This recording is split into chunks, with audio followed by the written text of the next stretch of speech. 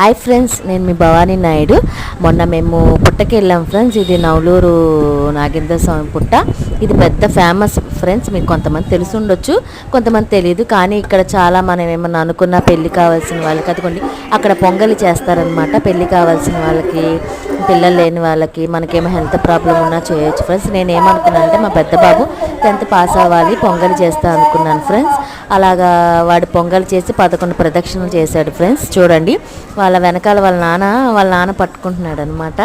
అలా పరిగెడుతున్నారు.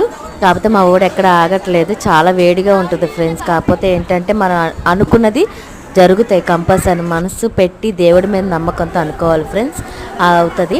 మళ్ళీ ఏంటంటే దీని ప్రత్యేకత ఏంటంటే, ఇప్పుడు ఆ లోపల అసలు ఫోన్ అలౌ చేయరు ఫ్రెండ్స్. అయినా కానీ మా చిన్నబాబు మొన్న ఏం చేశాడంటే తెలియక ఫోను తీసుకుని వెళ్ళాడు ఫ్రెండ్స్.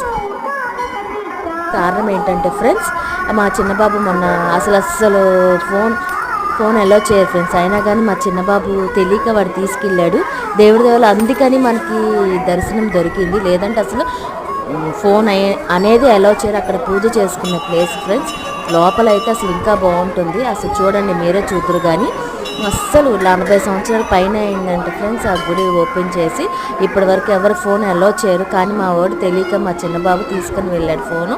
ఆఖరికి ఏం జరిగిందో చూస్తారా? ఫోన్ కూడా లాక్కున్నారు ఫ్రెండ్స్. పాపం వాడిని ఇవ్వనని ఏడిపించారంట.